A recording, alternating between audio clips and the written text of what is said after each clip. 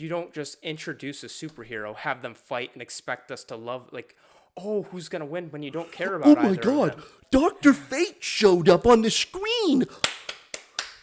Yay! Oh my god. Spoilers, by the way. Superman came at the end. Oh my god, he was on frame for like 3 seconds. Oh, amazing movie. 10 out of 10.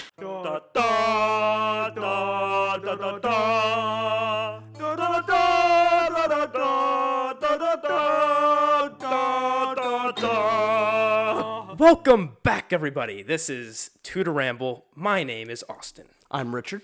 This is going to be quite a fun video for me because I love when Richard hates things. I love it. We're going to see. I mean, I also hate it. You hate it I hate too. it as well, but it's so fun seeing you like leaning into the funny anger. It's just great. We're going to have a great time. I gotta say, like, sometimes when people disagree with me and I have and they have a good point. Yeah. You know, like when someone says, hey, I think you're wrong because of this, and it makes me think about my own opinions and my own self. Yeah. Like, it gets to me sometimes. To your core. Exactly. Like, I actually have to think about it. In this case, just let the hate flow. Like, I people that like Black Adam, you're just objectively wrong. Like, you have bad tastes. And that's fine. You can like bad stuff. But if you like it, and you tell them, oh, you guys just hate it. Oh, you guys just don't like fun. Whatever. Like, it doesn't hurt me anymore because I know you're a dum-bum. You're a dum-dum. And it's fine. You're going to get this and much more in this review here.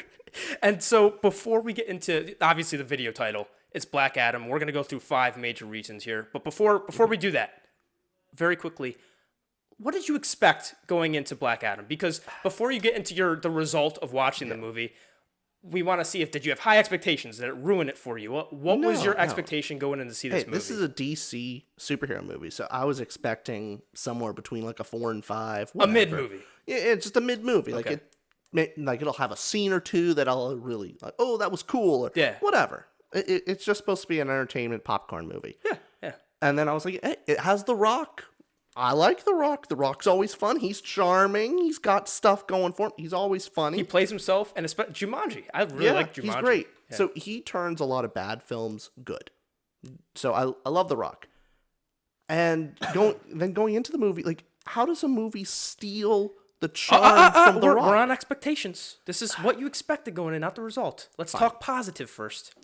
Anyway, I had low to mid expectations. That was the expectations going in. Yeah. Okay, same here. Okay, Yeah. Now it's time to get into this, all right? Mm-hmm. I want to hear your reaction to this. These are the reviews from everyone else, from the world. Okay, not from us lowly Tutor Ramble podcasters. This is the world. This is what they're saying. Well, I mean, we're the underdogs. The underdogs that are right, that will show the world how wrong they really are. We're going to change these ratings because you know what? Rotten Tomatoes rated Black Adam. And mind you, we saw this movie Thursday, so the movie's been out for 24 hours, for 1 day so far. So this is very fresh. Mm-hmm.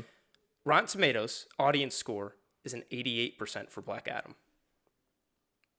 My God, how many reviews was that? How many number of 500 people? Plus so far, so it's very early. Only 500 dum-dums. Okay. You know what? It's not the whole world yet. I can picture 500 dumb people leaving a positive review. I can see that. My loss of faith in humanity is not there yet. 500 is understandable. Here's the problem. Mm-hmm. You know who we agree with? Who? The critics. Oh, don't say it isn't so. Black Adam. The critics on Rotten Tomatoes give Black Adam a 42%, and we, Tutor Ramble, have lost the people. We are no longer a representation of democracy. We are not the chosen people. Hey, democracy is cringe. Let's just be honest. We no longer represent the majority. We are now bought out by the critics and by the absolute atrocity that it is to be agreeing with the elite. It's horrible. We've lost them all. I'm such a cheap shill too. I mean, I shilled out for $0. That's what I shilled out for. Yeah. I mean, it doesn't get better. IMDb gets better for the ratings, but on IMDb gave it a 7.3 for Black Adam. Metacritic user score 7.4, so very average scores, typical scores. However, Metascore critic score is a 40.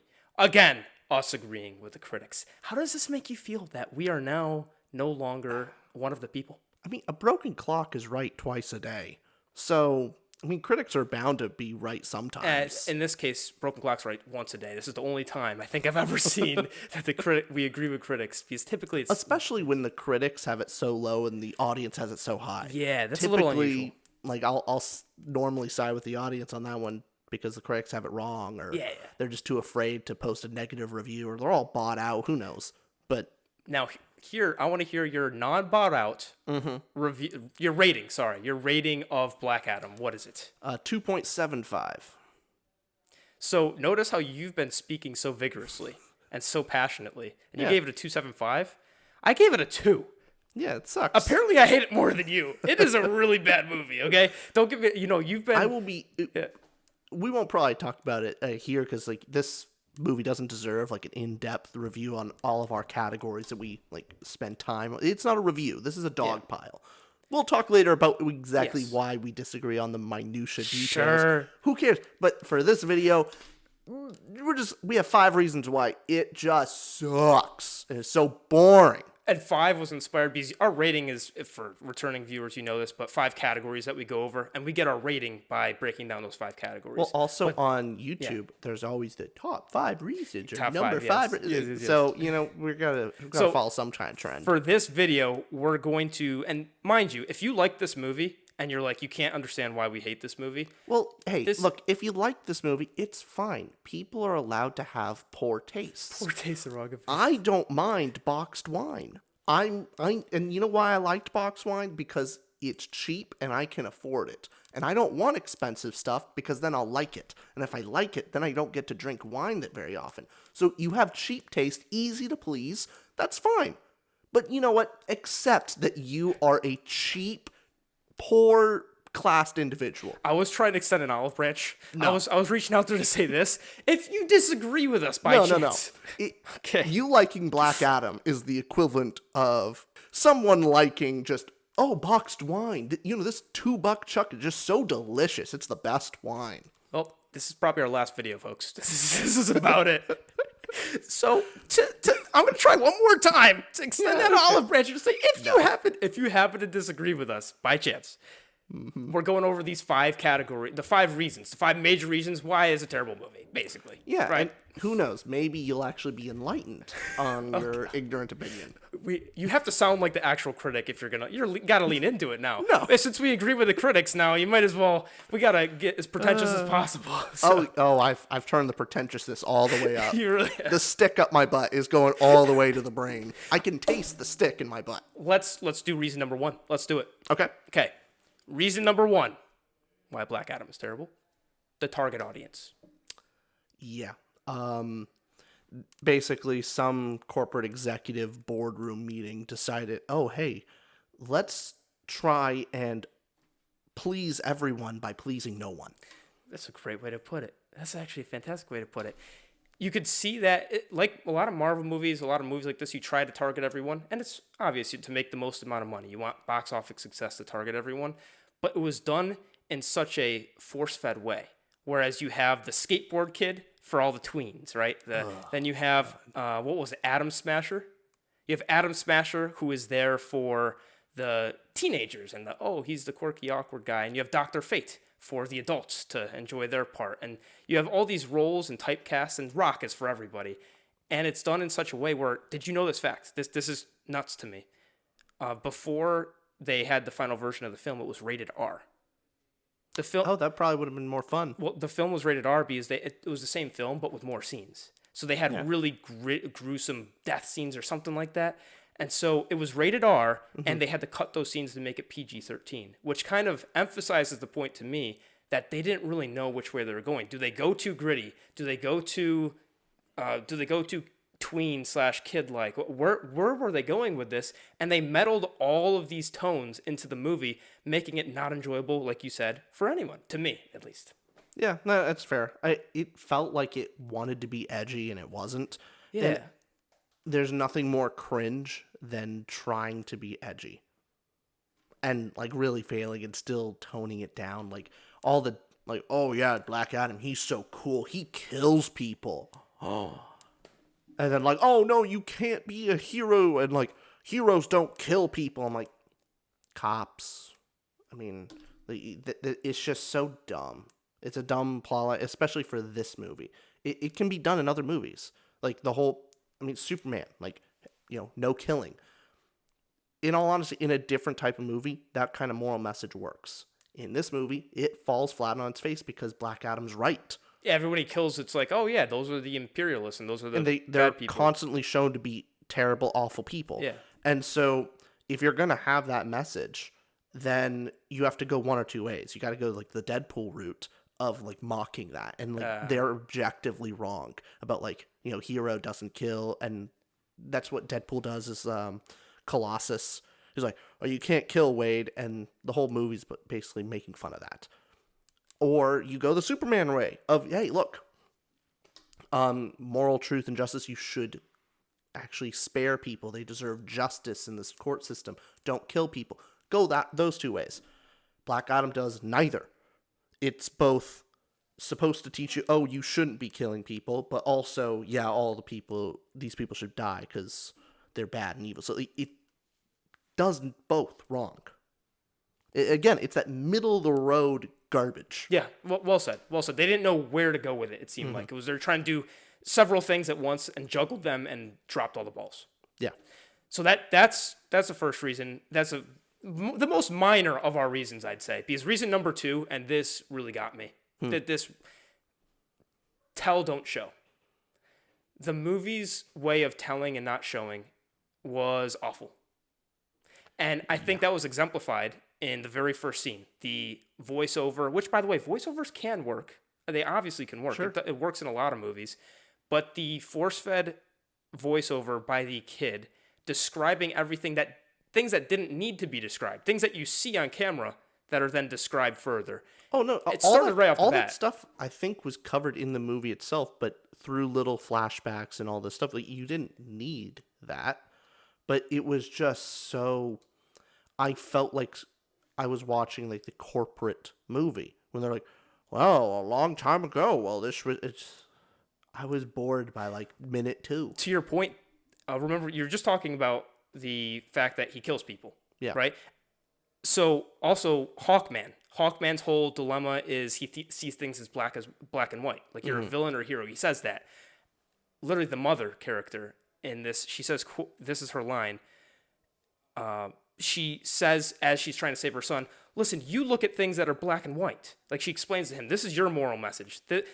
It's drawn out. Like the dialogue itself then says what the message is already clearly showing. So it tells you on top of showing you, and it's just such poor storytelling that way. I think one of the more insulting ones, the fact that I thought about it and it was just like, ugh, I get it.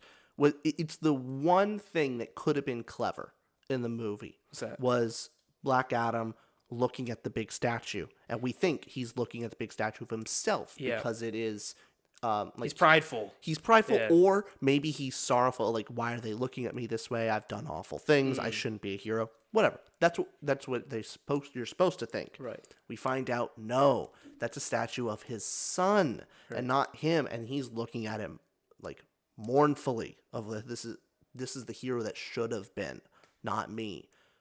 And instead, we pick that up after the flashback, like, oh, it's a statue of his son. And Hawkman goes, oh, you're looking at the statue of your son. That's not you. And I'm like, oh, after we just saw it. Right? Get it. Right. We get it, Hawkman. You don't need to tell us that. Like, just a nice, quiet scene of us looking at him and understanding. The insulting part is that they don't trust their audience enough to understand that, and because the reason here is they don't know where to target this again. Are they targeting this to what audience? Don't trust your audience, but show it. Make it clear in your direction. Like actually do like that's my point though. Is they don't trust the audience enough to understand it, so they have to tell them what we just saw. It doesn't make sense. Same thing with even the powers when Dr. Fate astral projects to I almost said The Rock when he astral projects to Black Adam, Teft Adam. He says, hey, I'm astral projecting to you. Something along the lines of, remember that scene? Oh, yeah. Oh, yeah, I can astral project with my powers, and that's how I'm speaking. We could see that. We can tell. Why say anything? Just my mind and my being can be a two. Like, yeah, we see it. We get it. Adriana's, the mother's son, Amon was his name? Amon, I believe. I don't know the any son, of their names. after Black Adam showed all of his powers, did his thing, beat people, then woke up in the room. the son starts listing off his powers. Remember that scene? He was like, that's a callback to Shazam, the Shazam Oh, movie, is where it? the friend of Billy Batson is listing off all the powers he has and all this stuff. oh, so that's a callback. Okay. I think it's a callback. Okay, I fair think enough, it's fair in enough. reference to that, but it's still annoying. All right, tell me this one then. Is this one a good point? Because now you have to tell me if this was Shazam. But Cyclone, the scene with Cyclone, the girl with all those powers. Oh, that's her name? Yes. Oh. So she tells Atom Smasher about her past. Like goes, yeah, she was kidnapped, and the story about her being kidnapped, and that's how she is where she is today. Just tells her the story. It tells him the story like that. Who And cares? well, first off, we're There's like, no scene time with them. Well, why put that in there? so she explains her backstory, and first off, tells the backstory, and we're like, that's a big deal, though. That backstory is a big deal, and that was told to us. Just Yeah. and then left there like, oh, now you should care. There, we just told you something. Now you should care about that. No, and I'm sure there's more points I'm missing here, but the absolute force feeding of telling you instead of just showing us the movie, letting us sit back. And here's an example I want to use because this movie had a ton of action. Like 75% of the movie. Yeah. You know what also has a ton of action? John Wick. The Raid. The Raid. 2. So John Wick I use as an example here boy. because one of the things in John Wick they did so well is showing. Remember that phone call scene where you know John Wick's a badass because you don't have to say he's a badass. Oh, yeah. It's not you, at no point do they Why did you hit my son? He stole John Wick's car. Oh. hangs up the phone. Understood. Audience is smart enough to understand that. So the whole problem with it's telling and not showing, it's like they didn't trust the audience because they're like, oh, we might have a lot of younger people watching this. But so here's I the thing. imagine they're If it is younger audience, Yeah. then okay, then go with that. yeah, that's the problem. They tried to go gruesome for the adults and like cool death scenes and boom, boom, boom, and like gritty and look at this dark message, but also, okay, we're moving on. Reason number 3. Yeah. Reason number 3. Do you want to state that? Sure. Cliche and trite. Like, Yep. oh my god, it feels like they picked apart all their other DC movies and sprinkled them all into this one. You know, And- the first line I noticed, and I have to say this, I'll let you go off. I Yeah. promise. The first line that got me to roll my eyes was when the mother was going to get the crown, doing that whole thing, and the bad guys go to kill her, point the gun at her, and he literally says, non-ironically, any last words? After they just like shot up a bunch of people, it's like, After they tried shooting her a billion times. I can't believe that line was used unironically in the movie. Like you can use that and it could work if it's more on a funny side or you're doing something new with it. But the fact that line was stated at all that was the first inkling I got that we were not in for a good movie. yeah. Or Black Adam, like, I'm not a hero, and it's just okay. And he That's what repeated those- it over and over. boy, boy, boy. And you know what was the funniest scene for me in the movie? The kid at the end, the skateboard kid, Amon, I believe, rallying the folks. Rallying. Oh god, that was so funny. It was funny it wasn't funny in the moment. It was funny after the film thinking about it. Of like who the kid honestly I wish they actor well, but like my god, the role that they gave him. It's the writing. I mean, it's not like he acted terribly. It's just same thing with Anakin in the prequels. Yeah. It's It's the role you were given. It's the role you're And just given. yeah, sure. This random kid does the soul sign thing, and they're like, Yeah. "Oh, yeah, what are we doing, guys? Let's rally behind him." And then they like get all ready for the charge, and then Black Adam saves the day, and they're all saved. Like all pointless. Who cares? Did they need to rally together? No. Black Adam saved them all because as soon as he beat the bad guy, they all dropped dead. Like. It's a paint by this movie was a paint by numbers movie where they used the wrong colors. That's what I would say. That was poetic. Have you heard? Did you hear that somewhere? Or was that a? No, Oh, that's an original Richard thought. See, I told you we get good Richard thoughts. See this? So, and obviously the whole villain. The villain was terrible.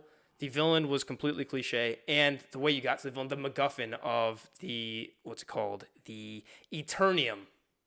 Oh The yeah, Eternium crystals that then kind you of get like the crown. kind of like the Unobtainium Avatar in Unobtainium. Avatar. Like Just come on, it's Which, sure, I don't know the comics that well, so Honestly, comics are funny like that. It probably is actually the right name, sure, but fine. it's probably part of the plot as well. But I guarantee you, the comics have way more charm and wit, and Probably. I can't hone in on enough of how just the movie from start to finish never did anything risky, and not just risky might be even the wrong word. They didn't do anything bold.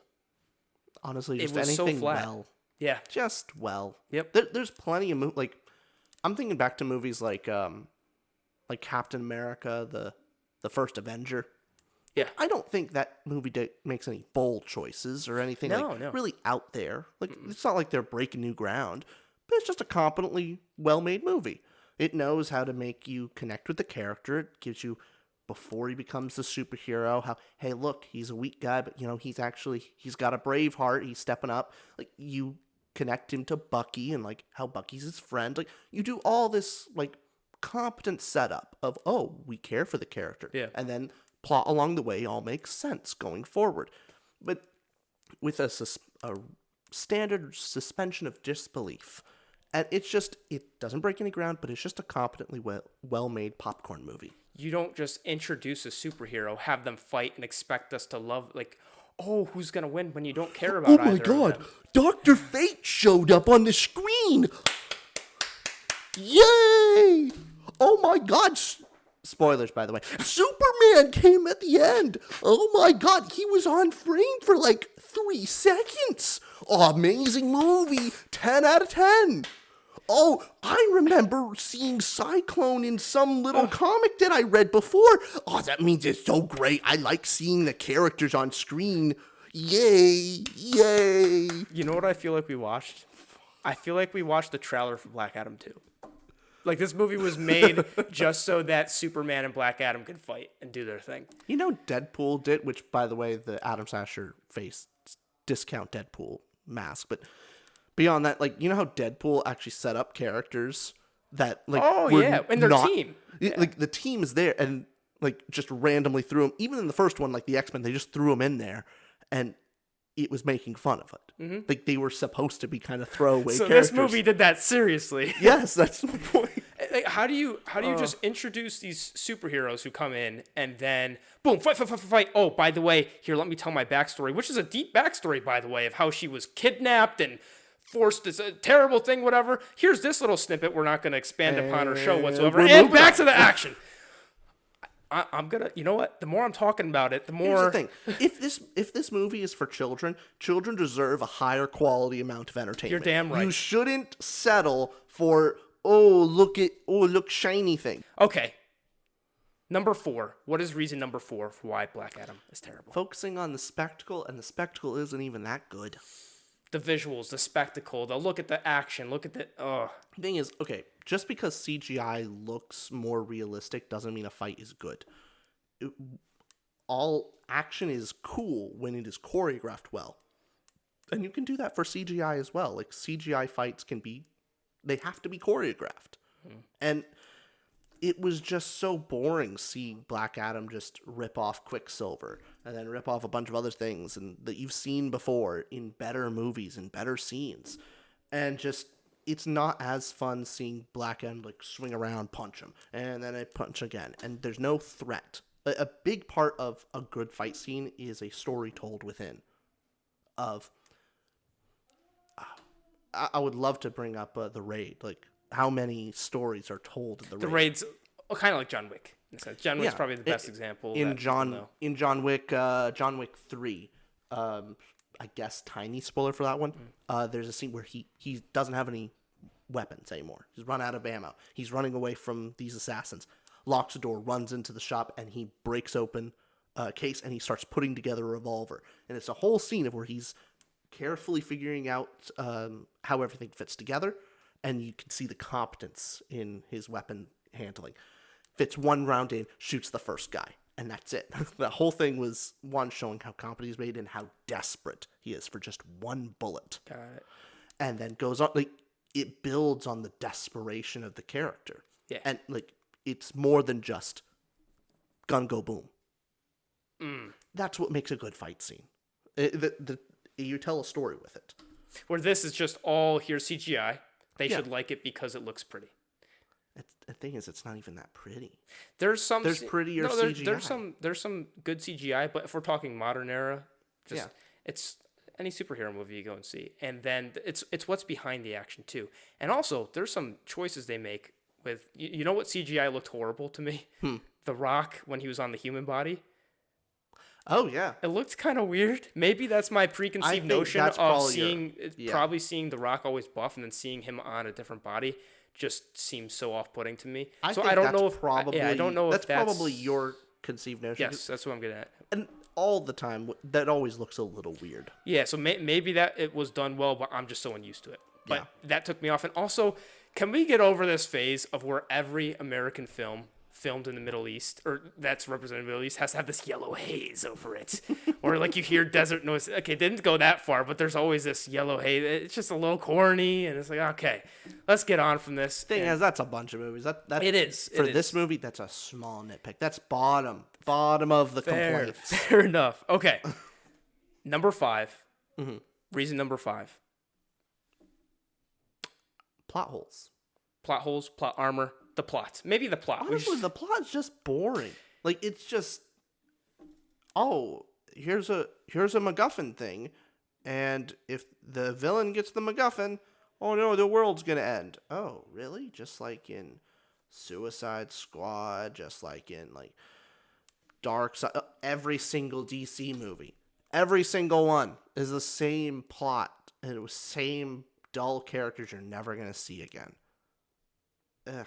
And the biggest, there's obviously plot armor in a bunch of superhero movies and whatnot, but just going back to my first complaint about this movie, the any last words line bothered me beyond belief. And then the skateboard kid escaping with his life, constantly. Okay. The funniest one was Yeah. the skateboard kid in the hallway trying to sneakily escape from the villains. Yeah. He's 8 steps away from the stairs, and he rides 8 steps on his skateboard. It's like, what are you doing? Just walk. Just why? I remember And he that. just uses his skateboard like